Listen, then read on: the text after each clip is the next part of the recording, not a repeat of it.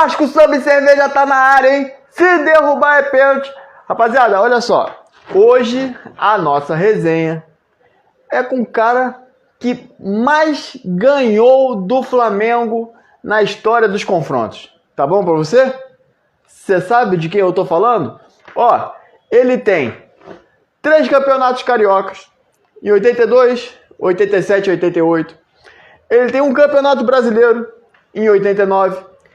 Ele, se eu não me engano, é o 4º que ficou mais tempo sem tomar um gol sequer, com 879 minutos. Hoje, o Vasco sob cerveja, meus amigos, tem a honra de bater uma bola, de conversar com ele, a eterna muralha da colina. De quem eu tô falando, meus amigos? Do Acácio. Vou só aguardar ele entrar aqui pra gente estar fazendo aqui o nosso debate aqui, né? Nossa resenha braba. Pra ele aqui, ó. Ó, vou agradecer a todo mundo que tá online aqui. Leandro Brito, Grande Marcinho, tamo junto. Luiz Felipe, Histórias de Remador, Gutierrez, Zé Orlando, Rodriguinho. Pessoal, você que está nos assistindo aí na live, te agradeço demais, tá? Ó, tô só aguardando. Pessoal do Pitaco Vascaíno, tamo junto. Agora, senhoras e senhores, o nosso convidado já está aqui conosco. Vamos só aguardar a fazer a conexão. Atenção. Senhoras e senhores, com vocês, a eterna muralha da colina, Acácio. Grande Acácio, que honra, Acácio. Obrigado pela apresentação, Muralha. Pô, muito obrigado, é um grande prazer. Espero conseguir responder algumas perguntas, falar um pouquinho da minha história bonita que eu tive no Vasco e te agradecer. Muito obrigado pelo convite.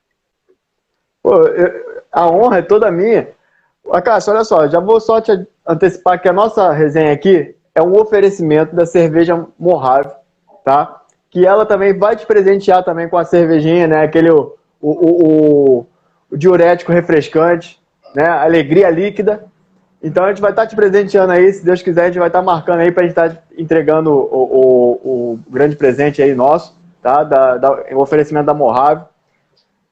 E, Acácio, agora você é um cara que é meu conterrâneo, né? Que eu também sou de Campos, dos Goitacazes, né? Minha família toda lá do Parque Prazeres, mandar um beijo lá pro pessoal da minha família lá de Campos. E você é de qual lugar lá de Campos? Eu sou do Parque Rosário, ali, Rua do Leão, para você que é de lá, sabe, né? Com a Princesa Isabel, bem próximo ali da Igreja do Convento. Da Igreja do Convento, tá certo. Ó, mandar um beijo lá pro pessoal de Campos, cara, terra maravilhosa. Se Deus quiser, vamos estar de volta lá. E, Acácio? Eu estive lá muito rápido domingo, né, que minha mãe não estava muito legal, mas graças a Deus está bem. Eu estive lá final de semana, apesar dessa situação que não nos permite, né, sair muito de casa, mas quando é uma situação como essa, ainda, principalmente em relação à mãe, a gente tem que esquecer um pouquinho essa situação e vê-la, né? Tá certo, lógico, com certeza, né? A gente está passando por uma pandemia, uma coisa muito atípica, né? E é uma situação que, ainda mais as pessoas já de certa idade, a gente tem que ter todo cuidado, é pouco, né? Acácio, sua família toda é vascaína, é isso mesmo? Toda. E na verdade, como sempre acontece, né? Aqueles mais novos que aí a gente tem que puxar um pouquinho a orelha, tem alguns sobrinhos, né, que não são. Mas por causa destoa por causa do tio, na hora de algumas vezes torce pro Vasco, não contra o Flamengo, né, mas infelizmente, enquanto outros clubes torcem para o tio. Tá certo. E você começou aí no Americano de Campos, né, começou no Americano e depois foi pro Serrano. Na verdade, no Americano, quer dizer, a denominação antes, hoje é sub-7, sub-8, 10, 15, 20, né? Na minha época era dente de leite. Eu comecei no americano como dente de leite. Fui profissionalizado no Rio Branco, que você que é de Campo sabe, é o Preto e Rosa de Campos. Isso, Preto e Rosa é um clube extinto, né? Fui profissionalizado pelo Rio Branco, fui emprestado ao Goitacás, e praticamente, cara, meu pai, que era meu grande incentivador, além dos meus irmãos, eu sou de uma família muito grande, 6 homens e 2 meninas, né?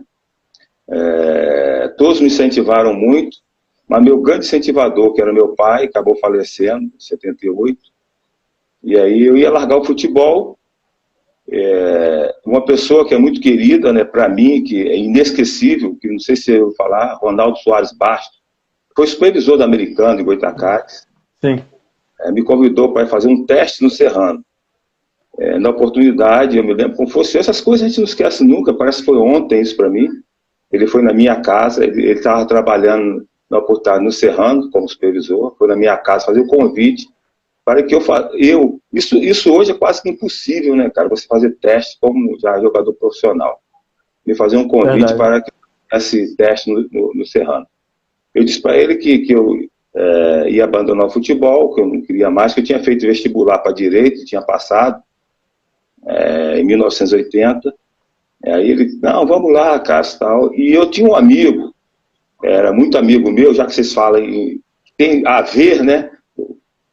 Tinha um grupo de pagode na época e eu participava, mas para ser muito sincero, eu participava de outra forma. Não sei, sou muito ruim no samba, sou ruim para cantar e toco mal, não sei tocar nada. Eu participava ali como coadjuvante. E aí esse amigo meu também, que era jogador, chamado Ricardo Batata, não sei se você ouviu falar, na época estava lá no mora ali no Capão. Sim. Aí falou, Cássio, vamos lá conhecer Petrópolis, um lugar bacana, você conhece, uma serra e tal. Eu falei, tá bom, já que eu estou de férias mesmo, isso foi em início de janeiro, não custa nada, vou lá. Acabou, o que aconteceu? No meu primeiro treinamento,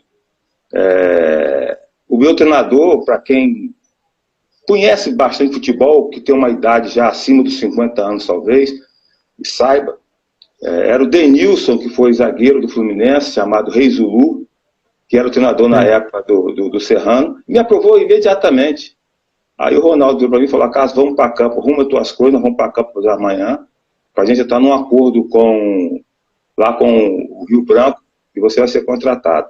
E assim minha história começou, graças a Deus. E você hoje, até hoje, né, é o cara que mais ganhou do nosso rival, né? Do Flamengo. E aí você além de, lógico, pelo Vasco, você ganhou muito pelo Flamengo, do Flamengo, e também pelo Serrano também, e você tirou o Flamengo da decisão e botou o Vasco? Isso foi logo no meu primeiro ano, né, pelo Serrano, em 1980. Nós ganhamos esse time do Flamengo, acabou, né? Todo mundo conhece. Ganhamos do Flamengo de 1-0, que foi o gol da Napolina. E praticamente com essa derrota do Flamengo, tiramos o Flamengo de uma possível decisão contra o Fluminense. E a decisão, acabamos colocando o Vasco nessa decisão, mas infelizmente o Vasco perdeu o Fluminense a decisão. Então eu desde o Serrano já tinha. Fora os títulos que eu ganhei, foram 3 títulos que a gente vai acabar falando aqui, né? E todos 3 em cima do Flamengo. Todos 3 em cima do Flamengo. E aí, você depois, em 81, teve aquela final, né, que foi polêmica, né, que você já joga já pelo Vasco e acaba perdendo. Mas aí, em 82, foi porque eles lá estavam vindo já de campeonato, não sei o que lá, e aí chega o Vasco e ganha. Foi muito mais prazeroso ganhar assim, né? Que todo mundo tinha como ser imbatível e você foi lá e arregaçou com eles? Claro, e tem uma história bastante curiosa, quem é vascaíno sabe, né, cara? Eu era reserva do Mazzaropi, né, quando cheguei no Vasco, um goleiro que fez uma grande história no Vasco, e nessa oportunidade, desse 82, o Lopes fez várias alterações, e uma delas foi a minha entrada no lugar do Mazzaropi. Praticamente, eu já tinha jogado alguns jogos, principalmente durante o ano o Mazzaropi teve uma dificuldade de renovação com o Vasco, e aí eu joguei vários jogos. E também joguei o último jogo, né, do segundo turno contra o próprio Flamengo, que nós ganhamos esse jogo. Aí na terça-feira, na volta, que o Vasco ia, na verdade, era uma decisão, um super campeonato. Porque sim, tinha o Flamengo. turnos, né?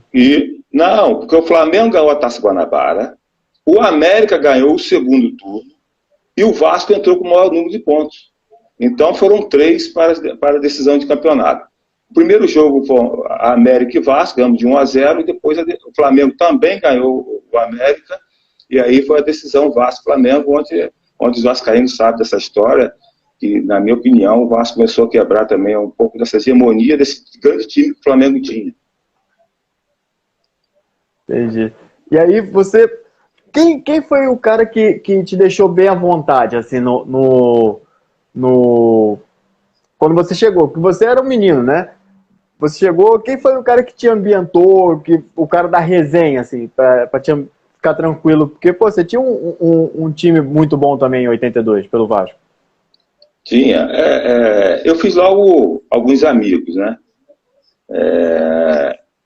Por exemplo, faleceu recentemente o Dudu, o Serginho. Dudu. Porque é o seguinte, cara, assim que eu cheguei no Vasco, em 82, eu cheguei no Vasco em 82.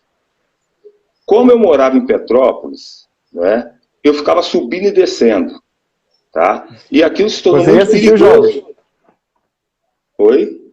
Não. Você sempre ia lá assistir?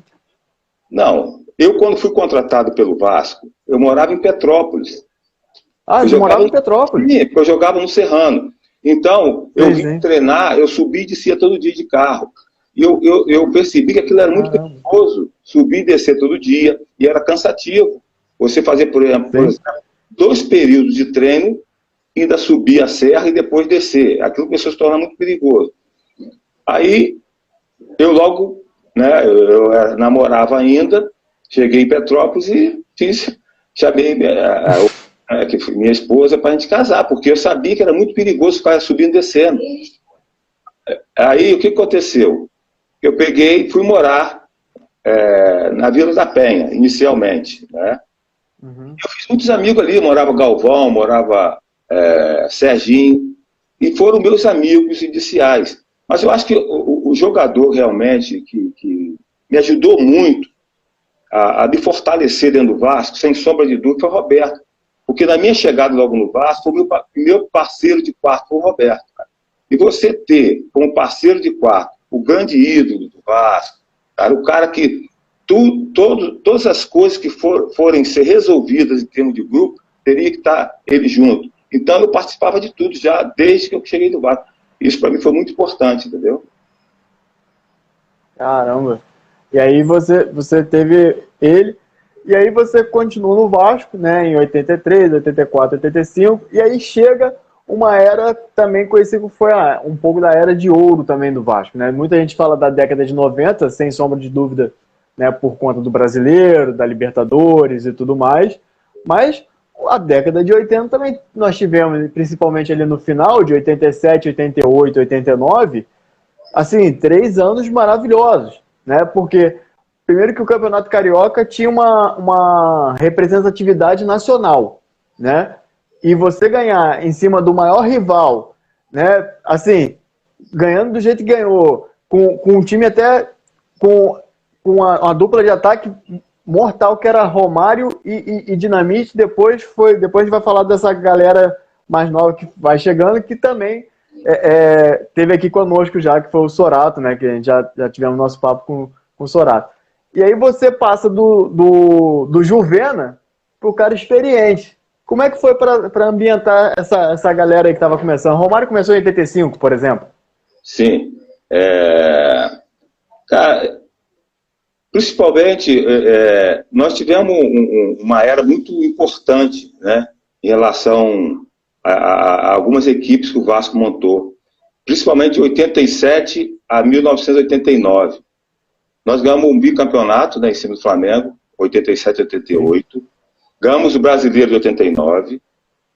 E tínhamos tudo, cara. Tínhamos tudo para ganhar a Libertadores também, né, em 1990.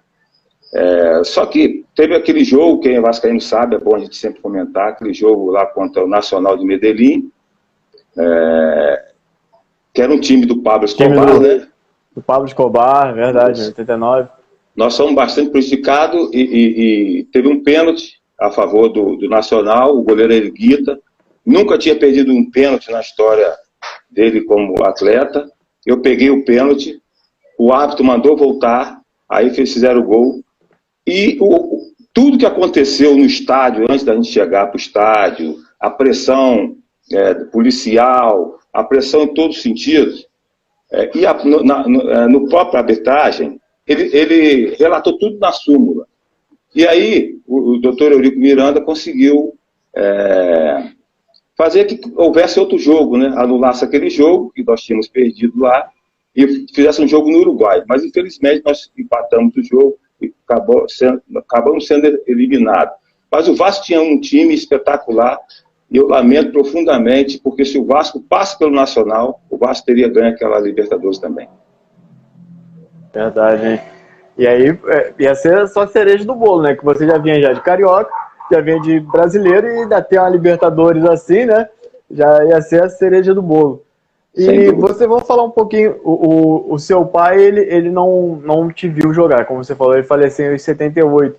Mas aí os seus irmãos todos iam assistir todos os jogos, a família é fanática mesmo pelo Vasco? Cara, é inacreditável, cara. Eu costumo dizer, quando a gente começa a falar do Vasco, eu costumo dizer que eu sou vascaíno antes de nascer, cara. Porque eu, na barriga da minha mãe, já sentia todas essas vibrações, cara. E depois, né, já sabendo o que era, conhecendo bem o futebol, eu via. O meu pai, se o Vasco perdesse o Flamengo, fechava a janela, e a vibração é imensa. Então eu vivi isso, tudo isso, né, mesmo antes. E meus irmãos, sim, eu tenho um irmão que é falecido, que morava em Niterói, que ia a todos os jogos meus, tanto no São Januário quanto no Maracanã. Irmãos, depois, meus irmãos e sobrinhos saíam de campo para ver jogos meus. Cara, então a minha relação com o Vasco é muito acima, eu acho que de futebol. A relação é muito mais do que isso, cara. Tá certo. Vocês que estão nos assistindo, deixa aí sua pergunta. Quem quiser fazer a pergunta pro Cássio, ele está aqui tranquilo para fazer responder as perguntas. Agora, Cássio, você, o Sorato falou que você foi muito importante, né, na chegada dele, né, junto com, porque você já era um dos mais experientes daquele grupo, né? Você, Zé do Carmo, Giovani e tudo mais. Ele colocou você também como um dos grandes pilares da liderança. Como você via essa garotada nova que está chegando de Giovani, Bismarck, William, mais para frente, né? Depois veio o William. Como é que você foi assim, para tentar ter a mesma vontade que o Roberto já estava né, já na saída, mas você teve essa liderança? Cara, eu sempre tive uma preocupação muito grande de dar muita liberdade e acolher bem jogadores que subiam da base do Vasco. O Vasco sempre foi um formador. Ficou aí um período sem formar grandes jogadores, voltou a formar principalmente nessa década de 2000, né? E eu sempre fui esse acolhedor, cara, e eu fico muito satisfeito, lisonjeado, principalmente quando há uma live ou uma entrevista com o Carlos Germano, e ele cita isso, da forma que eu recebi o Carlos Germano, quando ele subiu para o profissional, e eu fui muito incentivador para que o Carlos Germano viesse a ser esse goleiro que ele foi, cara. Ele comprova isso quando ele traz a entrevista dele. E o Vasco sempre foi formador, o Romário. O primeiro jogo do Romário, eu fui parceiro de quarto dele. E depois foi formado o Mazinho. Eu vi todos esses grandes jogadores passarem pelo Vasco, principalmente na minha década, como Mazinho, o William, Bismarck, Giovani, o próprio Sorato, que foi extremamente importante no título de 89, um título que eu não tinha ganho pelo Vasco. Eu acho que foi muito importante para a minha carreira, o gol do Sorato, principalmente você ganhar um brasileiro fora de casa, como foi no Morumbi, é sempre muito mais difícil. É mais fácil você ganhar no seu estádio ou no seu estado, e ganhar fora de casa, como foi lá no Morumbi, é sempre difícil, Sorato, entre outros. Eu vi muitos grandes jogadores, eu fico muito satisfeito, muito feliz, e eu acho, cara, não tenho certeza, que as grandes equipes que foram feitas pelo Vasco, tinha sempre, no mínimo, 4 jogadores feitos da base como titulares do Vasco. E eu espero que muito em breve isso venha acontecer também, atual, né, que eu acho que o Vasco precisa muito. Eu acho que a situação que o Vasco atravessa hoje, principalmente na parte financeira, a sobrevivência do Vasco está ali nos garotos da base do Vasco. Tá certo. O pessoal está perguntando aqui quem foi o melhor ou pior atacante que você enfrentou? Cara, a maior dificuldade que eu tive de atacante, que eu reconheço, foi com o Cláudio Adão, tá? Mas tiveram dois atacantes que me fizeram sofrer muito, que foram a dupla do Casal 20, o Oste e Assis. Mas para mim o Cláudio Adão não era fácil. Infelizmente eles ganharam em cima da gente, né, em 84. Né, o Vasco também tinha um excelente time. O Alci Portela também no time, o Alci Portela ficou muito conhecido, infelizmente, pelo aquele drible do Rivelino em cima dele, mas depois ele vai ser suplente, né, no caso, auxiliar técnico do Vasco. E olha aí, só. como é que... Pô, o Alci foi tudo no Vasco, cara. O Alci foi um dos grandes jogadores da história do Vasco, foi capitão desse time. O Alci foi treinador do Vasco. O Alci foi auxiliar técnico anos a fio pelo Vasco. Foi meu treinador. Sim. O Alci contribuiu em todos os sentidos para o Vasco, cara, entendeu? O Alci tem uma importância incrível em várias gerações de jogadores da história do Vasco. Principalmente aí na década de 80. Alci, o Pai Santana também, né, que é um personagem também. Para mim, o Alci e o Pai Santana estão no mesmo posto, assim, vamos dizer assim, da cultura do Vasco. Falar do Vasco é também falar do Alci e também falar do Pai Santana. Né? E Sim. Como é que era a relação do Pai Santana com vocês? Cara, esse era realmente, eu acho que o nome combinou com a pessoa do Pai Santana, porque ele era realmente o pai, cara. Hoje, pro bem do futebol, né, hoje tem o fisiologista, várias situações que facilitam o atleta hoje. Os fisioterapeutas, né, para recuperação dos atletas. Mas na minha época, por exemplo, eram só 2 massagistas. O Santana, que normalmente ia para as concentrações, se você tivesse uma lesão, cara, ele passava a noite do seu lado tratando de você. Então, foi um cara extremamente importante para nós, na nossa geração, principalmente, e antes também, e depois para alguns também, cara. Era um cara incansável na recuperação daquele jogador que tivesse uma lesão. E olha que era só poder ali, de repente, só de gelo, de água quente, mas foi uma pessoa extremamente importante nas prevenções e nas recuperações dos atletas do Vasco da Gama. Você fala também da questão lá de 88, quando teve o gol do Cocada, né, que foi, né, até hoje é um dos gols assim, mais antológico, ele entrou aos 44, fez o gol aos 45 e 47 foi expulso. E aí, o que você sentia naquele momento do jogo? Você sentia que o Vasco a qualquer momento ia virar aquela partida e ia trazer o caneco pra gente? Olha, na verdade, a gente tinha uma confiança incrível, principalmente nessa final de década de 80 do Vasco, porque o Vasco ficou 5 jogos sem perder para o Flamengo. Só fomos perder, por incrível que pareça, em 89, como fomos campeões brasileiros. Já tínhamos ganho em 87, com o gol do Tita na final, e depois em 88 com o gol do Cocada. Mas nós já jogávamos pelo empate. O empate já dava o título ao Vasco. Mas, como você disse, a cereja do bolo foi lá o Cocada, aos 40, entra, essas 43, faz os gols 44, e acaba entrando para a história realmente do Vasco. Até por causa do nome, do gol importante. entendeu? E você sabe, sem dúvida nenhuma, você ganhar uma decisão com vitória é muito mais saboroso que você ganhar com empate, né? Com certeza. E mais importante Agora, também.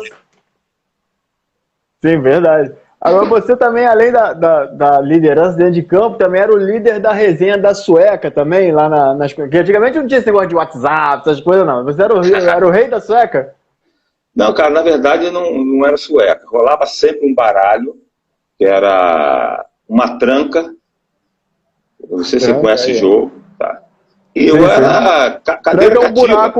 Um buraco mais Um buraco detalhado, né? Isso, um buraco fechado, mas que vale quase tudo e tal. É um jogo muito bom de jogar e eu tinha cadeira cativa. E por incrível que pareça, cara, não é brincadeira não. Era uma briga para saber quem jogava comigo. E olha que eu tinha tanta intimidade. Eu acho que o importante é o respeito, né, que você adquire com as pessoas, cara. E na mesa jogava, na época, o supervisor era Paulo Angione, né?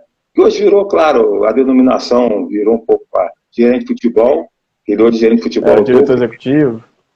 Diretor executivo e tal. Paulo Angione jogava, o professor Nelsinho, por exemplo, em 89, jogava, o doutor Eurico jogava. Na mesa, cara. Eu estava na mesa porque, apesar de jogador, tinha sempre esse respeito, essa consideração. E outros jogos também com jogadores. O Fernando, que na época já de 87 a 88, zagueiro, Fernando. E alguns parceiros gostavam de jogar baralho. Eu gostava muito. Eu sempre gostei muito de jogo, entendeu? Mas nunca jogo apostado, porque eu sou avesso a essa situação. Mas aí na hora da... E também outra paixão que você tem também é o tênis. Você ensinou a rapaziada lá a jogar tênis? Eu aprendi um pouco tarde, né, a jogar tênis. Eu fui trabalhar na Arábia Saudita, e na Arábia Saudita, como é aquele calor, que você quase não pode sair de dia, aí você tem que buscar alternativas, né, porque você só treina à noite, e você só pode fazer alguma coisa, algum lazer, até ali 9, 9h30, porque o sol depois é insuportável.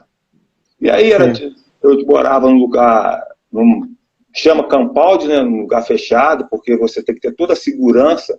Na Arábia Saudita você tem que ter toda a segurança, então, um lugar fechado, grande, tinha piscina, várias piscinas, tinha quadro de tênis, e você tem que buscar alternativas. E aí eu aprendi a jogar tênis. E aí depois eu implementei isso, eu fui como treinador de goleiro, e eu depois vim ser coordenador, essa mesma função que eu faço no Vasco hoje, coordenador de todo o trabalho de goleiro da base do Vasco.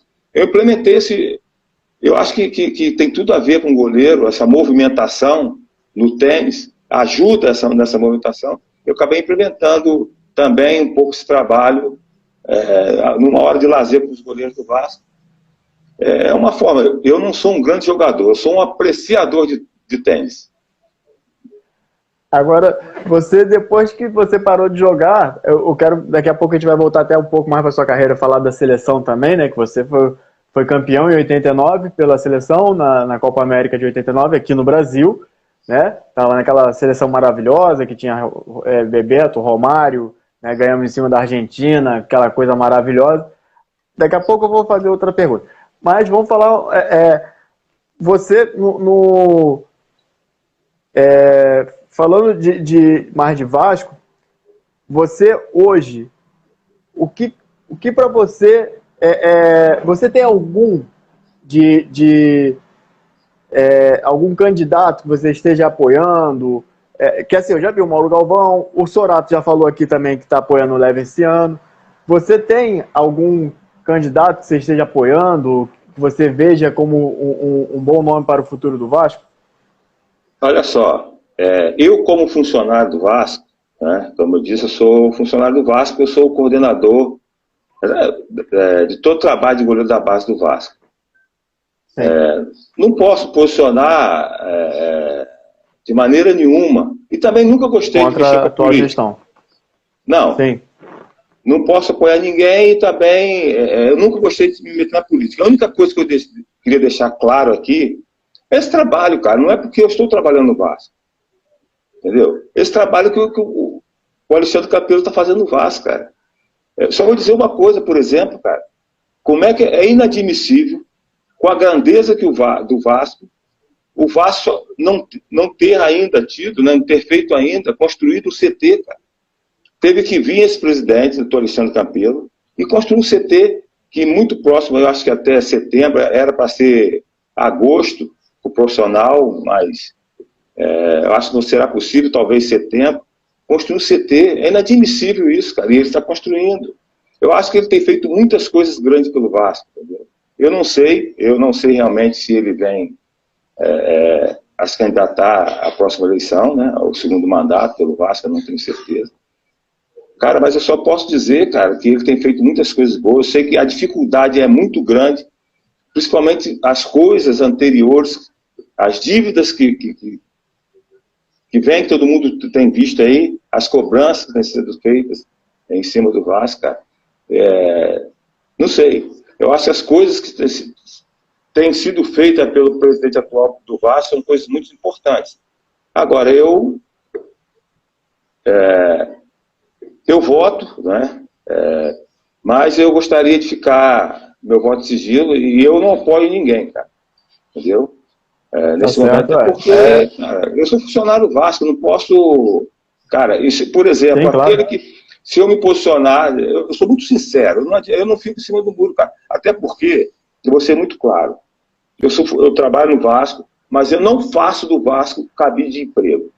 Eu acho que eu trabalho no Vasco porque eu tenho certeza que eu tenho a capacidade de produzir, de ajudar os goleiros do Vasco, o crescimento deles.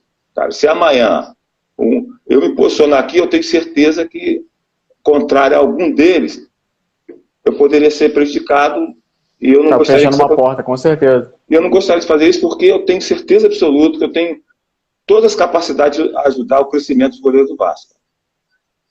Tá certíssimo. Agora voltando um pouco mais a falar de futebol, Acácio, você hoje em dia nem pelada mais joga, não? Como é que é essa história? Que você não gosta de perder? Tem esse lado também, né, que eu acho que vem da gente de atleta tal, de não gostar de perder e tal. E eu sou muito sério nessas coisas, mesmo que seja uma pelada.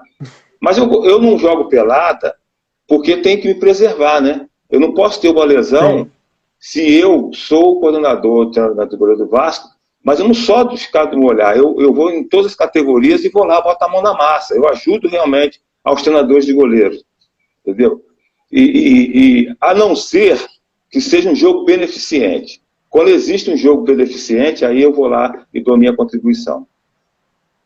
Ah, tá vendo. Então, isso é bacana de falar, né? Até porque isso aí, o trabalho, quando eu acho que é coordenador, é só de ficar ali de fora, só olhar, ver como é que tá a situação. Não, você gosta de participar. E hoje você trabalha, né, com um cara que foi, né, foi o seu sucessor. Né? Em 91, quando você sai para lá para Portugal, você deixa o seu sucessor, fala que está pronto, não é isso? Exatamente.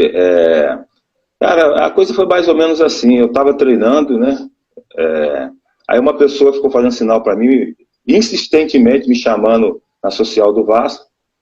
Aí eu fui a ele e pedi que ele esperasse um pouco. Assim que acabasse o treinamento, eu ia dar atenção a ele. Aí, acabou que fui dar atenção, como eu acho que é importante isso, né? Você dar atenção a todos, cara. Era um empresário que estava fazendo proposta para Portugal. E ele até gostou o cheque, cara. E aí eu falei, você espera um pouco que eu vou te dar essa resposta. Eu fui, tomei banho. Na época o presidente é Antônio Soares Calçada. Uma pessoa que, cara, eu não sei porquê, cara. Eu tenho isso comigo, cara. Eu não sei, cara. Independente da posição, como era o doutor Eurico Miranda, que eu digo sempre, que eu tinha tanta liberdade com ele, que eu inicialmente chamava ele de Miranda. Passei a chamar doutor Eurico Miranda, depois que ele passou a ser presidente do Vasco e deputado federal. Aí a gente tinha que manter um certo respeito, até pela posição. E o seu Calçada, que eu chamava, né, fui a ele, na sala dele, e disse que tinha uma proposta para ir embora para Portugal. Aí ele me perguntou para que clube era. Eu disse que era o Tirsense. que era um clube de segunda divisão. Aí ele até na oportunidade falou, Cássio, você vai sair do Vasco para ir para um clube de Portugal de segunda divisão? Aí eu disse para ele a quantia que estava me sendo oferecido. Ele disse que para mim na oportunidade, eu lembro bem, ele disse para mim, Cássio, faltavam 6 meses para acabar meu contrato. Né? Isso foi no meio do ano, faltavam 6 meses para acabar meu contrato. Sim. Ele queria renovar por mais um ano. Eu me lembro como fosse hoje, disse, presidente, fique tranquilo que o Vasco tem um goleiro para me substituir. Que era o Carlos Germano, que já estava na minha reserva, né, eu conhecia bem. Aí ele disse, aí eu falei, olha, eu tenho essa proposta, presidente, e é esse valor. Como ele é português, ele sabia fazer a conversão do escudo, né? Na época ele falou, Cássio, se é isso, essa proposta, eu sou você, eu vou. E aí foi assim que aconteceu, cara. Eu tinha certeza. É óbvio que, inicialmente, em 91, o Carlos Germano teve algumas dificuldades, até pela idade. Aí trouxeram depois o Regis, né? E depois o Carlos Germano se fixou e foi esse goleiro aí na história do Vasco, uma das maiores histórias feitas pelos goleiros do Vasco, sem dúvida nenhuma, pelos títulos que ganhou. Tá certo. E aí, você jogando lá em Portugal, você jogou por outro time também, que foi o... Beira-Mar. Beira-Mar, exatamente. Eu estava confundindo com Leiria. Mas o Beira-Mar. Eu só joguei em time de meio de tabela, né? Eu joguei um ano, que lá em Portugal fala-se uma temporada, pelo time chamado Tirsense, subi para a primeira divisão, logo na minha chegada com esse clube, e depois fiz 3 temporadas com esse clube Beira-Mar. Beira-Mar, né? Exato. E aí foi... não era um time de grande investimento, né? Mas pelo menos conseguiu manter ali chegou na época tinha Copa da UEFA, essas coisas assim? Chegou aí para a Copa da UEFA? Sim, tinha, mas meu clube era meio de tabela, nunca foi. E eu também as competições, as atuações que eu fiz pelo Beira-Mar e pelo próprio Tirsense, durante a competição da Série B, eu levei apenas, acho que 8 gols, cara, na competição toda, de 30 jogos, 30 e poucos jogos, eu acho. Levei 8 apenas gols, cara. O goleiro, eu e o Vitor Bahia, fomos os goleiros menos vazados de todas as competições em Portugal. É óbvio que eu não fui contratado por um clube melhor em Portugal, porque eu já fui para Portugal aí com uns 32, 33 anos, cara, entendeu? Já fui com uma idade, apesar para goleiro ainda, você ter algumas capacidades, mas já fui com uma certa idade em Portugal. Talvez seja por isso que eu não consegui ir naquelas equipes ali chamadas Porto. Não, Porto não, porque tinha o Vitor Bahia aí, que era da seleção portuguesa, mas tinha outros clubes que poderia ter ido, como o Benfica, Sport, Portugal, tem outros clubes melhores aí. Mas eu já fui com uma certa idade em Portugal, não vou dizer fim de carreira, mas já fui com uma certa idade em Portugal. Você quando vai em 90 para a Copa, né? Você, o Tafarel, você com a seleção que o Brasil tinha, né? Principalmente para frente, né? Que tinha o Bismarck, tinha o Bebeto, tinha Romário, tinha Renato. O Romário estava vindo de uma lesão e tudo mais. Você achou que esse time merecia ter melhor sorte? Sem dúvida. Cara, mas alguns problemas, eu não sei se você já conversou com algumas pessoas, algum deles. O caso, por exemplo, do Paulo Gione, supervisor, do próprio treinador Lazzaroni e tal. Eu acho que o maior problema que a seleção encontrou não foi dentro do campo, foi extracampo. Não sei se você lembra ou já ouviu falar, que nós tivemos um problema do lado financeiro, né, cara? O caso foi uma premiação, me parece que era da Pepsi, que era patrocinadora na época, também, e aí nós descobrimos que aquele valor que foi nos trazido não era o verdadeiro e tal, e nós tiramos a foto oficial da seleção brasileira tapando o patrocinador. Isso houve um problema seríssimo lá, depois na divisão do dinheiro e tal. Foi o maior problema, cara. E o Brasil tinha condições para você. O jogo que nós fomos eliminados contra a Argentina, só houve uma jogada. Claro, esse gênio que todo mundo sabe que é o Maradona, a única jogada do Maradona, que driblou 3 jogadores da seleção, se viu o Canidia, que driblou o Tafarel, para você ver que na minha memória aquilo está nítido ainda, tudo que aconteceu. Tá perfeito. Lembro, driblou o Taffarel e fez o gol. Foi a única jogada argentina, e o Brasil perdeu vários gols, cara. Foi inacreditável. O Brasil tinha um grande jogador, como sempre teve. Essa seleção brasileira, se passa pela Argentina, era uma candidata a ser campeã. Mas, infelizmente, são coisas de futebol, né? Até porque isso me marcou muito. Esse jogo contra a Argentina me marcou muito, que eu era o reserva imediato do Taffarel, né? Era o Taffarel, eu e o Zé Carlos, falecido, goleiro do Flamengo. E eu me lembro bem, porque fica muito nítida, não só o jogo e as coisas que antecederam, as coisas que depois, pós-jogo, porque, por incrível que pareça, eu caí no exame antidoping nesse jogo contra a Argentina. Caramba, então, para mim foi muito marcante. Você foi um banho de água fria esse jogo, então. Cara, eu não me lembro, a minha memória, assim, se pode ser que minha memória me traia, mas é a única vez, quer dizer, é a única vez que eu me lembro que eu tenha chorado no futebol, cara. Eu não me lembro outra vez, pode ter acontecido, mas essa está muito nítida na minha cabeça. A única vez que eu me lembro que eu tenha chorado no futebol. Essa derrota para a Argentina. Agora, para você, quem foi o melhor técnico que você já teve? Olha que você teve uns técnicos pesados, hein? Lazzaroni, Joel, Antônio Lopes. Para você, quem foi o melhor de todos? Cara, eu tive... Cara, é muito difícil. Sinceramente, é muito difícil. E olha que você não é de ficar em cima do muro. Vamos lá. Eu sou mesmo, cara. Eu tive tantos grandes bons treinadores. O primeiro treinador meu foi o Antônio Lopes, que me botou, né? Como eu disse, tirou o me botou no time do Vasco, cara. Eu tive o Edu, por exemplo, que é irmão do Zico, em 84 ali, tal, cara, que foi um baita treinador para mim, que levou o Vasco a esse jogo que perdeu pro Fluminense.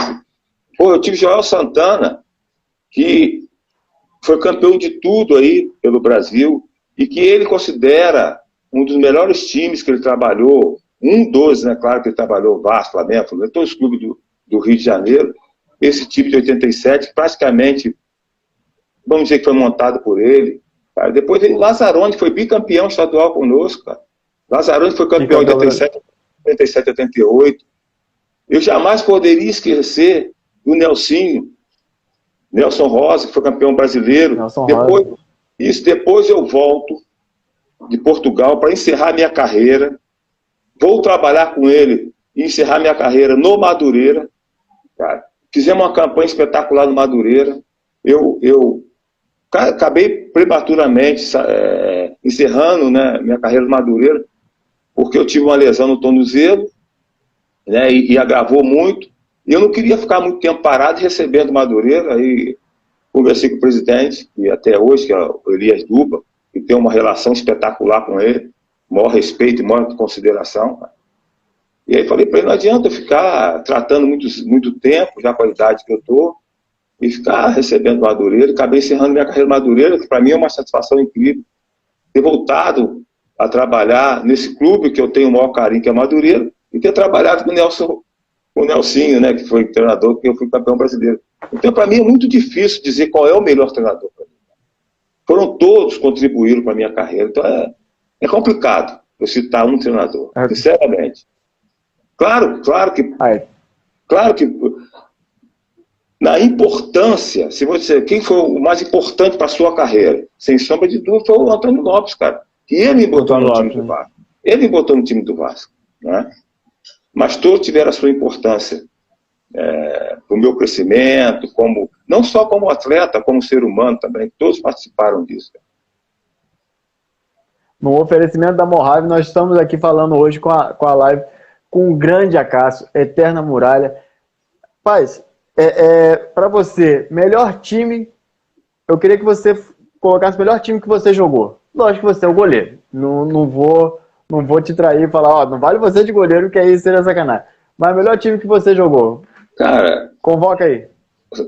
Se eu for convocar o melhor time que eu joguei da minha geração, cara, pode ser de várias gerações, tá? Pode ser de várias gerações. Eu quero os 11. Eu teria que botar muita gente no banco, cara.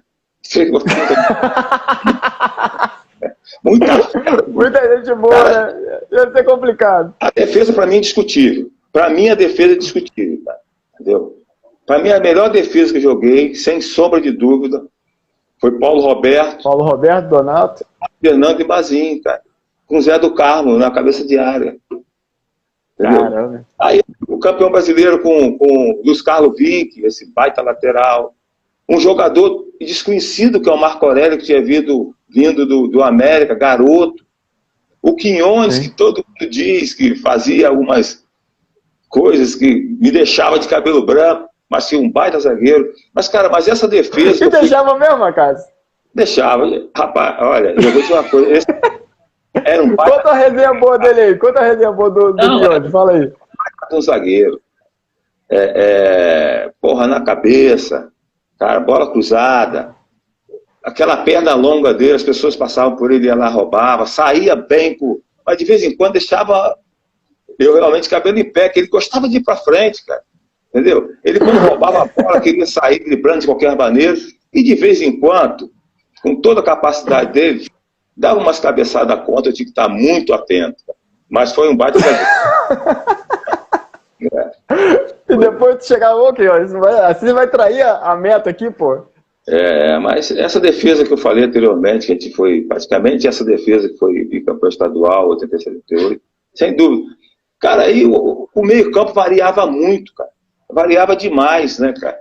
Tinha esse jogador incrível, que era o Giovani, por exemplo, o William, Bismarck. Eu tive um ataque, por exemplo, com Tita, Roberto e Romário. Eu tive, um ataque, por exemplo, que era antes, com Tita, Bebeto e o William. E o Sorato depois entrou no lugar do Tita e fez o gol da decisão. Cara, eu joguei... É complicado. Eu joguei 9 anos e meio no Vasco. Não é pouco tempo, cara. Então passaram grandes jogadores comigo e eu fazer uma seleção é complicado. Entendeu? Mas eu não me furto não a dizer que essa defesa, esse ataque, para mim, pouca gente, cara. É óbvio que teve jogadores anteriores, cara, como Ademir da Guia, Barbosa, que eu não vi jogar, né? Que fazem parte da história do Vasco, que a gente já nunca poderíamos esquecer, e outros, né? Como essa fera aí, Carlos Germano, Mauro Galvão, cara, entendeu? Odivan. Se eu ficasse aqui, eu gosto sempre, quando me pede para fazer uma seleção, fazer daqueles que jogaram comigo, que se tornam mais fácil, né? Cara, e sem sombra de dúvida, esses que eu falei aí, principalmente aí de 87 a 90, para mim foram extremamente importantes, que eu ganhei um bicampeonato, eu ganhei o brasileiro, entendeu? Então, mas eu não me furto, não. Se você quiser que eu faça a seleção dos 11, eu faço agora. Quer que eu faça? Então vou lá, aí, com você. Então a defesa eu já fiz. Então a defesa eu já fiz. Olha só. Paulo Roberto? Sem dúvida, se a gente falar em termos de título, eu teria que botar Carlos Germano, né? É indiscutível os títulos que o Germano ganhou foram, principalmente a Libertadores. Ganhou o tricampeonato estadual e tal, mas aí, né, cara, eu não vou poder me tirar do time. Aí Paulo Roberto, Donato, Fernando, Donato e Mazinho, Zé do Carmo, Giovani, William e Bismarck, Tita, Roberto e Romário. Eita. Eu tive que deixar... Cara, eu, por exemplo, podia botar Bebeto no meio campo, ou Bebeto, entendeu? Eu podia... Então eu faço outro time, podia botar o Sorato, cara. Então fica difícil, mas esse time, poucos... Olha só, eu vou dizer uma coisa para você, cara, eu sempre digo isso, eu joguei com um jogador, cara, que ganhou todos os títulos por todos os times que ele passou, que pouca gente coloca ele nas suas seleções que eu vejo aí, que é o Tita, cara. O Tita foi campeão do mundo pelo Flamengo, o Tita foi campeão do mundo pelo Grêmio, o Tita abriu as portas na Alemanha. O Tita foi um dos primeiros jogadores aí para ir para a Alemanha, para o Bayer Leverkusen, que hoje contrata brasileiros e outros clubes da Alemanha, da Europa. O Tita fez o gol do estadual de 87, aquela história que botou a camisa na cabeça, no rosto. O Tita participou da campanha do Brasileiro de 89, talvez pouca gente sabe disso. E era um jogador, não é só o Tita, a importância do Tita, eu gosto de dizer isso, não era só dentro do campo, não. O Tita era uma pessoa extremamente importante fora do campo, em todos os sentidos, cara. Tá certo. Agora, a questão você falou muito do Tita, né, que foi um multicampeão. O Romário também, né, que foi um cara também que foi importantíssimo para essa situação. Eu queria falar vamos falar um pouco do futebolês, né? Sim. Porque hoje em dia é muito isso. Eu falo isso como torcedor. Sou torcedor do Vasco da Gama, todo mundo sabe. Sou torcedor também do futebol brasileiro. E te dói um pouco essa coisa do pessoal ver o pessoal lá de fora e achar que é a última invenção, quando você tinha um ataque de Roberto, Tita e Romário, um ataque de Vivinho, Bismarck e Bebeto. Te dói um pouco essa coisa como se o 4-3-3 fosse uma coisa inventada ontem? Não, cara, eu acho que o futebol, depois da década de 80, final de 90, começou a evoluir para um 4-4-2, cara, entendeu? E as pessoas, e outros preencheram um pouco mais o meio campo. Eu joguei muito em Portugal no 3-5-2, que bem trabalhado, tem efeito, como o Muricy teve no São Paulo, jogando assim. Foi o próprio Filipão ganhou a Copa assim. Então, eu acho que uma equipe bem treinada independe dessa formação de 3-5-2, do 4-4-2, 4-3-3. A minha geração, praticamente, foi sempre um 4-3-3, né? Mas hoje é complicado você jogar dessa forma, você fica muito vulnerável, né? Mas se você souber, por exemplo, o próprio Flamengo joga parecido aí, tal, mas ele com jogadores que jogam mais ou menos assim, mas quando tem a posse de bola, mas com jogadores que sabem ali preencher o setor de meio campo, condiciona aquele meio campo, tal. Eu acho que o time bem treinado independe desse tipo de formação, entendeu? Eu sou muito a favor de jogar um time para frente, cara, entendeu? Eu sou muito a favor dessa marcação alta, por exemplo, entendeu? Para dar sufocar um pouquinho o adversário, entendeu? Aí, eu acho que também é muito importante o que você tem na mão, né, cara? Eu acho que a capacidade do treinador é você conseguir tirar de cada jogador aquilo que ele tem de melhor, saber aonde esse jogador se sente melhor, né, cara? Hoje, por exemplo, eu sou muito a favor do jogador jogar pelo lado com a perna trocada, né? Que hoje está sendo muito usado. Eu sou muito a favor disso hoje, porque antes não era assim. Você jogava com ponta, né, direita, pelo perna direita e esquerda, perna esquerda, porque você ampliava, né? E você jogava com um jogador, um centroavante de raiz, cara, né? E aí você podia ampliar, né, as jogadas pelo lado do campo e tal, mas aí acho que a importância da cabeça do treinador saber usar bem as qualidades que ele tem, né, nas suas mãos, cara. O pessoal está perguntando aí se você tem vontade de ser treinador. Mas eu já fui treinador e olha só. Sim, foi treinador lá do americano. Eu trabalhei em vários clubes como treinador de goleiro, né? Eu iniciei praticamente na base do Fluminense como treinador de goleiro. Cara, trabalhei em todas as categorias de base da seleção brasileira. Já fui campeão do mundo sub-17. Trabalhei no Botafogo como treinador de goleiro durante quase 5 anos. Subi com o Botafogo em 2003, né? Fazendo parte da comissão técnica do Levi Cooper. Trabalhei no Japão, trabalhei na Arábia Saudita. Cara, fui coordenador por 2 vezes e agora no Vasco. Fui auxiliar técnico do PC Guzmão, por vários clubes e até no próprio Vasco da Gama. E depois tentei ser treinador. Eu sou muito sincero, cara. Eu acho que eu não tenho perfil para ser treinador. Eu sou aquele cara mais conciliador. E eu acho que eu tenho um perfil muito bom para ser auxiliar técnico. O PC pode comprovar isso. Porque eu acho que auxiliar técnico, cara, tem que ser um cara muito honesto. Não estou querendo, sabe, aquele cara que... Para ganhar o grupo, né? Sim, e você, principalmente com o treinador, entendeu? Porque aquele cara que é auxiliar técnico, que não for dessa forma, ele está torcendo contra o próprio treinador para tomar o lugar dele. Isso não pode ser dessa forma, não é? Eu acho que o auxiliar técnico, aquele auxiliar, principalmente, eu vou dar um conselho para aquele cara, aquela pessoa que é auxiliar permanente, que hoje tem, todos os clubes têm. Todos os clubes têm o auxiliar permanente. Então é um conselho que eu dou.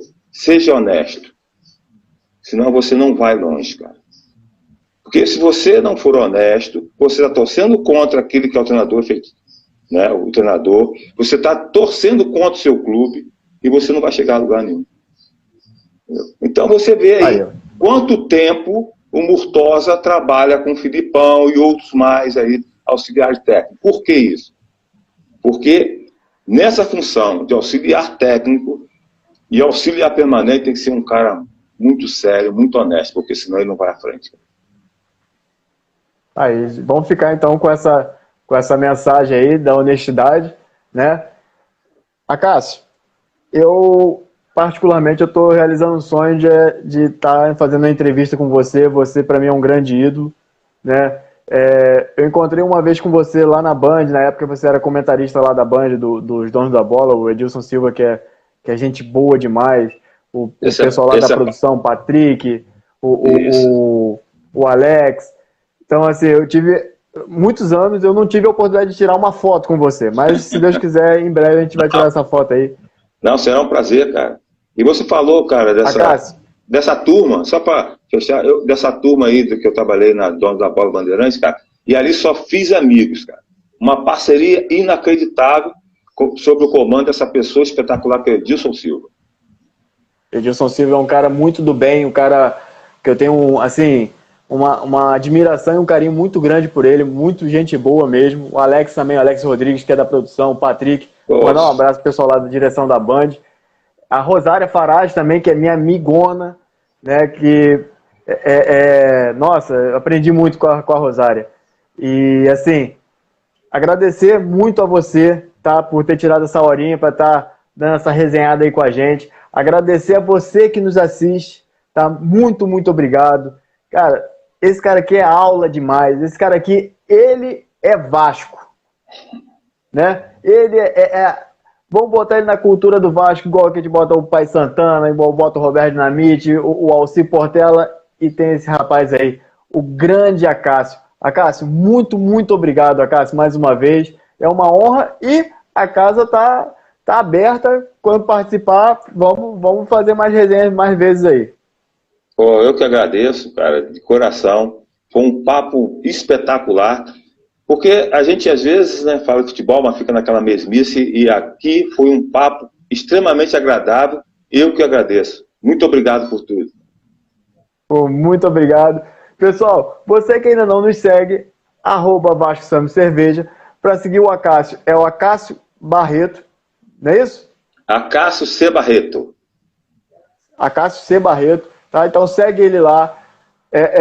Cara, é uma honra. Eu não tô sem palavras, Acácio. Sem palavras mesmo. Obrigado mesmo, de coração. Uma gratidão eterna mesmo. E aí vamos estar marcando aí, pra gente estar marcando para entregar o teu presente aí da Mojave. Pessoal da Mojave, mais uma vez, muito obrigado pelo apoio, tá? Você que queira falar conosco, manda aí o direct, manda aí, porque quem você queira que a gente faça uma resenha também, né? Vamos estar pedindo aí até o Acácio também para ajudar a gente a fazer com o Paulo César Guzmão, que é um cara também que sabe muito de Vasco, com o próprio Carlos Germano também. Vou estar pedindo essa ajuda aí, tá? Pessoal, obrigado, se inscreva, curta, compartilhe aí com os seus amigos. Esse programa também vai estar lá no nosso canal do YouTube, tá? Você segue lá, youtube.com/Vasco Samba e Cerveja. Se inscreva lá também, dê o seu like.